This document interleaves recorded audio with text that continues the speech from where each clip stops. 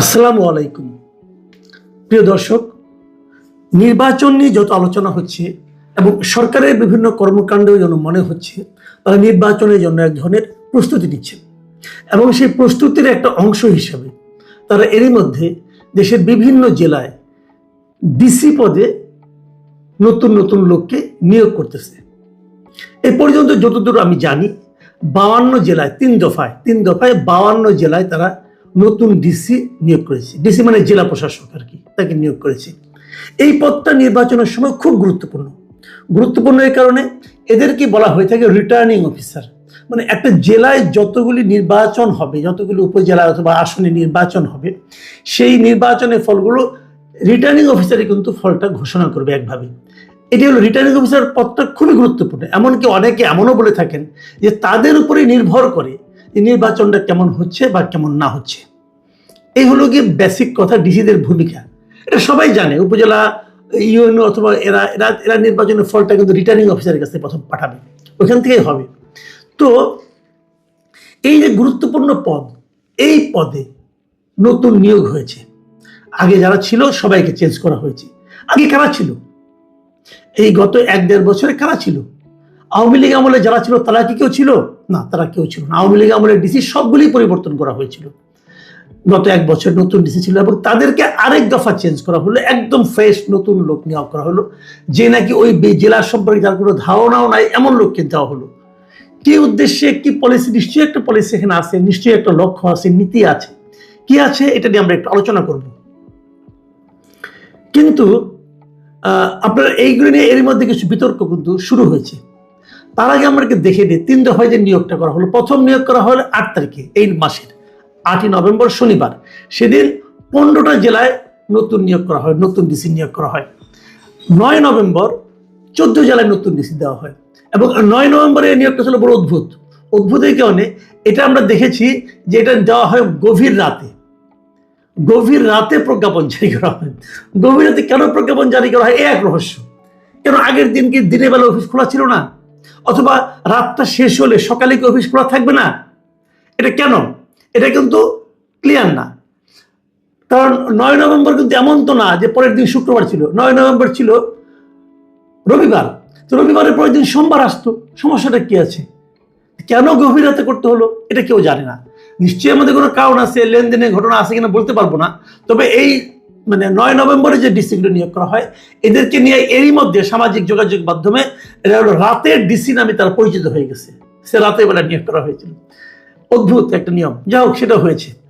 তারপরে আপনার 4 দিন গ্যাপ দিয়ে 13 নভেম্বর বৃহস্পতিবার এটা 2টা আলাদা প্রজ্ঞাপন দিয়ে মোট 23 জনকে ডিসি নিয়োগ করা হয়। এই প্রথমে 15, তারপরে 14, তারপরে 23, এই সব মিলে 52 জেলায় নতুন ডিসি নিয়োগ করা হয়ে গেছে। তারা বেশি একটা বাকি নেই, আর 8-9টা জেলা বাকি আছে। এখন এই 52 জেলায় কাদেরকে ডিসি নিয়োগ করা হলো এটা নিয়ে একটু ঘাটাঘাটি করলে যারা করেছেন এবং আমি নিজেও কিছুটা করেছি, দেখেছি এখানে অনেক লোক আছেন যারা নাকি বেসিক্যালি কখনোই মাঠ প্রশাসনে কাজ করেননি। এটি কিভাবে সম্ভব? সাধারণত ডিসি হন কারা? ডেপুটি সেক্রেটারি পদের লোকেরা ডিসি হন, বিশেষ ক্ষেত্রে জয়েন্ট সেক্রেটারি হন। তো মাঠ পর্যায়ে কাজ না করে তারা ডেপুটি সেক্রেটারি হলো কি করে? হ্যাঁ, হয়েছে একটা কারণে, সেটা আমি বলি। সেটা হলো গিয়ে এবার এই অর্থনৈতিক ক্যাডার যেটা আছে, এই ক্যাডারটাকে প্রশাসন ক্যাডারের সঙ্গে একীভূত করা হয়েছে। এই যে একীভূত করা হয়েছে, করার কারণে তারা এখন প্রশাসন ক্যাডারের লোক হয়ে গেছে। এই অর্থনৈতিক ক্যাডারের লোকেরা কিন্তু কখনো মাঠ প্রশাসনে বা এর আগে কোনো নির্বাচনী প্রচারণে কাজ করে না, নির্বাচনী কাজে কাজ করেনি। এদের ম্যাক্সিমাম 2-1 জন ব্যতিক্রম থাকতেও পারে। তো এরা যেহেতু একীভূত হওয়ার পরে সবাই প্রশাসন ক্যাডারে হয়ে গেছে, এদেরকেই বেশি নিয়োগ করা হয়েছে। কেন? এর একটা কারণ আছে, কিন্তু এর পেছনে কারণটা হলো সরকার এবার একটা নিয়ম করেছিল যে 2024, 2018 এবং 2014 এই 3টা নির্বাচন, যে 3টা নির্বাচনে খুবই ফল্টি নির্বাচন ছিল বলে আমরা সবাই জানি। 2014তে তো অর্ধেক আসলে নির্বাচনই হয় নাই, 2018তে রাতের ভোট হয়ে গেছিল এবং 2024-এ আমি আর ডামি নির্বাচন হয়েছে। এই 3 নির্বাচনে যারা ডিসি হিসেবে কাজ করেছে এবং মাঠ পর্যায়ে কাজ করেছে এবং নির্বাচনী কাজে যারা জড়িত ছিল, একটা সহজ নিয়ম করা হয়েছিল যে এদের কাউকে এবার নির্বাচনী কাজে জড়িত রাখা হবে না। শুনতে ভালো শোনা যায়, তাই তো এরা তো খারাপ নির্বাচন পরিচালনা করেছে, তো এদেরকে আগে রাখবো না, এদের সবাইকে বাদ দেওয়া হয়েছে। এখন বাদ দিলে পরে লোক তো কমে যাচ্ছে, তখন ওই প্রশাসন ক্যাডারের সঙ্গে একীভূত হওয়া যে অর্থনৈতিক ক্যাডার, সেখান থেকে লোকজনকে নেওয়া হয়েছে। প্রবলেমটা হয়েছে কি, এদের তো মাঠ পর্যায়ে কাজ করার অভিজ্ঞতা নাই। এদের মধ্যে অনেকে নতুন ডিসি হয়েছেন, তাদের এর আগে কোনো এই ধরনের এক্সপিরিয়েন্স নাই। তাহলে তারা এখানে এসে কি করবেন? তারা কি ভালো করতে পারবেন? নির্বাচনী কাজ একটু জটিল কাজ, লোকজনকে চিনতে হয়, একটা এলাকার কে কেমন লোক জানতে হয়, কে মাস্তান কে ঘিরিঙ্গি, এগুলি বুঝতে হয়। সেটা বোঝার জন্য কিন্তু একটা ধারণা থাকা লাগে, মাঠ পর্যায়ে কাজ করতে হয়। প্রশাসন ক্যাডারে কি হয়, এরা সাধারণত কিন্তু উপজেলা নির্বাহী কর্মকর্তা থাকে, অথবা এসি ল্যান্ড হয় অনেকে, ম্যাজিস্ট্রেট হিসেবে এখানে কিন্তু এই ধীরে ধীরে ধীরে তারা কিন্তু উপরের দিকে উঠে। তাদের কিন্তু মাঠ পর্যায়ে কাজ করার একটা অভিজ্ঞতা আছে। এখন মাঠ পর্যায়ে কাজ করার যার অভিজ্ঞতা নাই, তেমন লোককে যদি আপনি ডিসি বানিয়ে দেন, উনি যে কি করবেন? উনি যে কিন্তু একটা ঝামেলায় পড়ে যাবেন, থতমত খেয়ে যাবেন, বুঝতে পারবেন না। হয়তো অন্য লোকের সাহায্য নেবেন, যার সাহায্য নেবেন সেই লোকটা যদি সৎ না হয়, তাহলে কিন্তু একটা ডিজাস্টার হয়ে যাবে। তো এই রিস্কটা তারা নিল যে কারণে, সে কারণটা খুব ভালো কারণ ছিল। আসলে একটা আলোচনা করি। কারণটা কি? কারণটা হলো এরা আওয়ামী লীগের নির্বাচন করেছে, অতএব খারাপ। আওয়ামী লীগের নির্বাচন কে করেছে এর মধ্যে? আমি মনে করি যেটা, যে 2014 এবং 2024 যারা কাজ করেছে, 14 যারা কাজ করেছে 10 বছর হয়ে গেছে, এদের আর ডিসি হওয়ার মতো সময় হয়তো নাই, কাজে এটা বাদ রাখি। আমি 18 এবং 24 আলোচনা করি। 18 যারা নির্বাচন করেছেন, এরা অবশ্যই সরকারের অর্ডার মেনে খুবই খারাপভাবে আওয়ামী লীগকে জিতিয়ে দিয়েছেন, কোনো সন্দেহ নাই। এই লোকগুলি আমি মনে করি কালপ্রিট টাইপের, সেটা নিয়েও প্রশ্ন আছে, এই আলোচনা আরেকটু পরে আসি। আর 2024 যে নির্বাচনটা হয়েছে, এটা তো খুব স্মুথ নির্বাচন হয়েছে, কারণ এখানে তো কোনো বিরোধী দলই ছিল না। এটা তো আওয়ামী লীগের মধ্যে নির্বাচন হয়েছে, যেটাকে আমরা আমি আর ডামি নির্বাচন বলি। তো আমি আর ডামি নির্বাচনে ডিসি দিয়ে তো তেমন কিছু করণীয় নাই, দুই পক্ষই তো আওয়ামী লীগ। কাজে এখানে আওয়ামী লীগের পক্ষে তাদের পক্ষপাতের দেখানোর তো কোনো সুযোগই নাই, যেদিকে উনি পক্ষ নেন না কেন সেটাই তো আওয়ামী লীগ। কাজে এদেরকে কিন্তু আপনি সেভাবে ওই দোষী অথবা খারাপ অথবা পক্ষপাত অভ্যস্ত বলতে পারবেন না। বিপরীত দিকে 2018 যেটা হয়েছিল, এটাকে আমি মনে করি তারা পক্ষপাত দুষ্ট ছিল। কিন্তু তারপরে যে কথাটা আছে, পক্ষপাত দুষ্টতা কেন? সরকার বলেছিল বলে, সরকার যেভাবে চাবে তার বাইরে কি ডিসিদের পক্ষে যাওয়া সম্ভব? আমি তো মনে করি সরকারের যে যারা নাকি সরকারের আদেশ, সরকারের নীতি বাস্তবায়নের জন্য সরকারি কর্মকর্তাদের আপনি যদি ধরেন, তাহলে ডিসি, বিভাগীয় কমিশনার অথবা জেলা প্রশাসক অথবা এমনকি ইউএনও, এরা সবাই তো সরকারের পলিসিটাকে হোল্ড করে। এদের কি পক্ষে কি সম্ভব সরকারের পলিসির বাইরে যেয়ে কিছু করার? সম্ভব না। তারপরে তো মনে মনে কিছুটা থাকতে পারে, সেটা তো এখনো আছে। এখনো তো এই ডিসি যারা আছেন, তারা ডক্টর ইউনূসের পলিসিটাকে বাস্তবায়ন করছেন না। যারা উপজেলা নির্বাহী কর্মকর্তা, তারা কি ডক্টর ইউনূসের পলিসিটাকে বাস্তবায়ন করছেন না? এমনকি যারা সচিব আছেন, তারাও তো প্রকাশ্যে ইউনূসের পলিসিটাকে বাস্তবায়ন করছেন। তো এরাও তো সরকারের লোক। তো ইউনূসের সরকার কি পক্ষপাত মুক্ত? সেটা যে নয়, সেটা তো আমরা আগেও বহুবার বলেছি, মানলাম। তারপরেও এখন যে নিয়োগ হয়েছে 52 জন, এরা কারা? খোঁজ দিয়ে দেখেন, এরই মধ্যে কিন্তু আওয়াজ হয়ে গেছে যে এরা মূলত হলো যে বিএনপি এবং জামাত ইসলাম, এদের মধ্যে একটা টাগ অফ ওয়ার ছিল যে কার কতজন লোককে এখানে নিয়োগ দেওয়া যায়। অনেক জেলায় জামাতের, অনেক জেলায় বিএনপির, এরকম কিন্তু আছে। এবার আমার নিজের জেলা এই আপনার ময়মনসিংহ, আমি তো জেনেছি এর আগে যে ডিসি ওখানে ছিলেন, উনি জামাতের লোক ছিলেন। এটা কোনো অন্যায় কিছু না, হতেই পারে, উনি তো ভোট দেন কোনো না কোনো জায়গায় না। এরকম কিন্তু হতেই পারে, কে কোথায় যাচ্ছে না যাচ্ছে, জামাত অথবা বিএনপি, এই তো হয়েছে।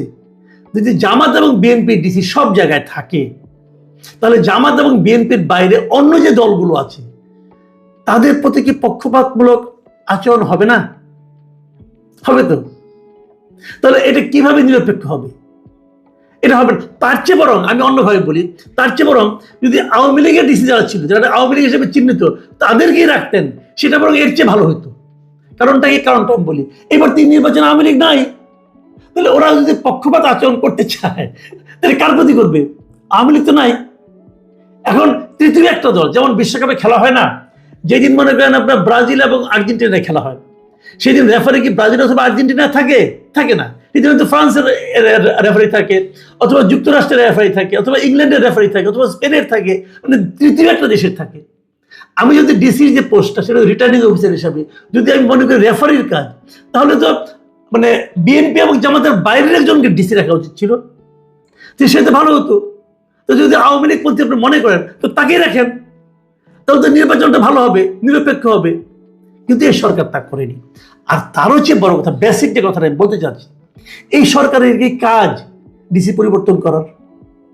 উনি এক নির্বাচনের কথা বলেছেন, নির্বাচন হবে, নির্বাচনের তফসিল ঘোষণা করবে নির্বাচন কমিশন, নির্বাচনের তফসিল ঘোষণার পর প্রশাসনে কে কোথায় থাকবে না থাকবে এটা নির্ধারণ করবে নির্বাচন কমিশন। উনি যাকে বসালে পরে নির্বাচনটা সঠিক হবে, ভালো হবে, সেটাই তার করা উচিত। এবং আমি তো মনে করি যেই দিন তফসিল ঘোষণা হবে, তারপর এই নির্বাচন কমিশনের উচিত হবে সকল ডিসিকে আবার নতুন করে বদলি করা। সকল ডিসিকে সরকার যেভাবে সেট করবে, আপনি সেভাবে যদি করেন, তাহলে আপনার স্বাধীনতা থাকলো কোথায়?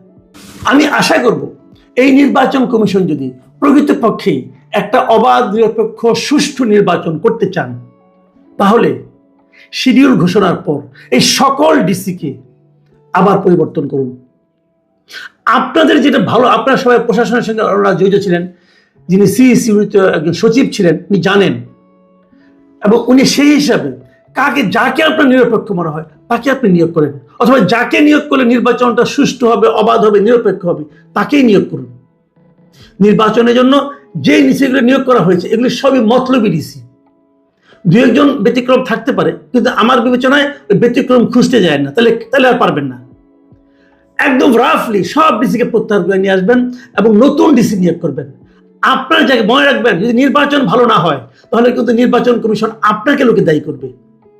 যে দায় আপনার উপর আসবে, সেই দায় অন্যের হাতে দিয়ে না, মানে অন্যকে সেই কাজ করার জন্য দায়িত্ব দিয়েন না। ওনারা ডিসি সেট করবে, নির্বাচন নিয়ে আপত্তি উঠবে, এবং তখন কিন্তু আপনারা দায়বদ্ধ হয়ে যাবেন। যেখানে জামাতের ডিসি আছে, তার ব্যাপারে বিএনপি অভিযোগ তুলবে। যেখানে বিএনপির ডিসি আছে, সেই জেলার ব্যাপারে জামাত অভিযোগ তুলবে। এই দায় আপনারা কেন নিবেন না? আপনাদের হাতে শিডিউল ঘোষণা করার পর পুরো দেশে প্রশাসনকে আপনাদের ঢেলে সাজানোর সম্পূর্ণ এখতিয়ার আছে।